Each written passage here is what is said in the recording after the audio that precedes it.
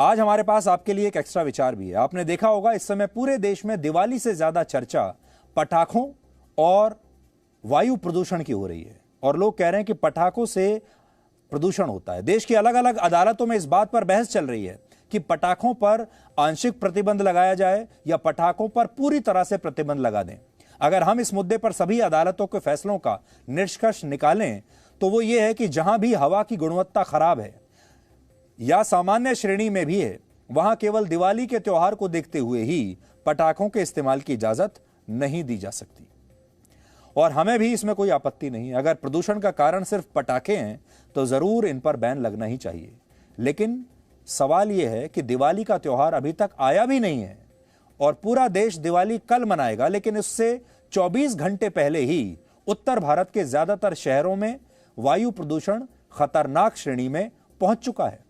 तो यह कैसे हुआ? दिवाली तो अभी आई भी नहीं, पटाखा हमने एक भी चलाया नहीं और शहर प्रदूषित पहले से ही होने लगे। तो इसका कारण क्या है? और लोग दोष देते थे इससे पहले हर साल दिवाली को, पटाखों को।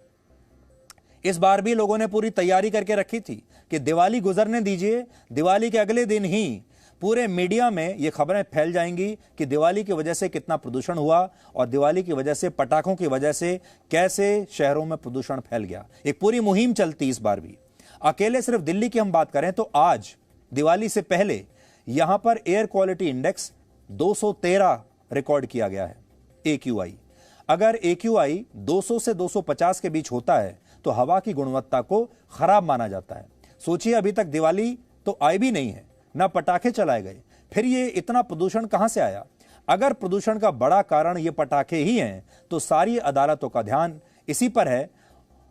तो फिर पिछले एक हफ्ते में उत्तर भारत की हवा इतनी ज्यादा प्रदूषित कैसे हो गई बिना पटाखों के? असल में इस प्रदूषण के 3 बड़े कारण हैं जिनके बारे में आपको ज्यादा कोई बताता नहीं है। इनमें सबसे पहला कारण है किसानों द्वारा जलाई जाने वाली पराली। अभी दिल्ली की हवा में जितना प्रदूषण है उसमें 40% पराली की वजह से है। 40%। 28% प्रदूषण वाहनों की वजह से है और लगभग 30% कंस्ट्रक्शन यानी निर्माण कार्यों की वजह से है। और ऐसा नहीं है कि ये कारण पहले नहीं थे, हमेशा से थे।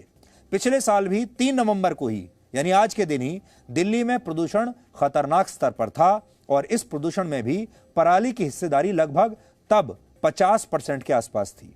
यानी हमारे देश की अदालतें जितना जोर पटाखों से होने वाले प्रदूषण पर लगा रही हैं, अगर उतना जोर पराली को जलाने से रोकने पर लगा दिया होता तो शायद आज उत्तर भारत की हवा साफ होती। लेकिन सच यह है कि दिवाली का त्योहार आते ही पटाखों की चिंता तो सबको होने लगती है, लेकिन पराली से होने वाले प्रदूषण की बात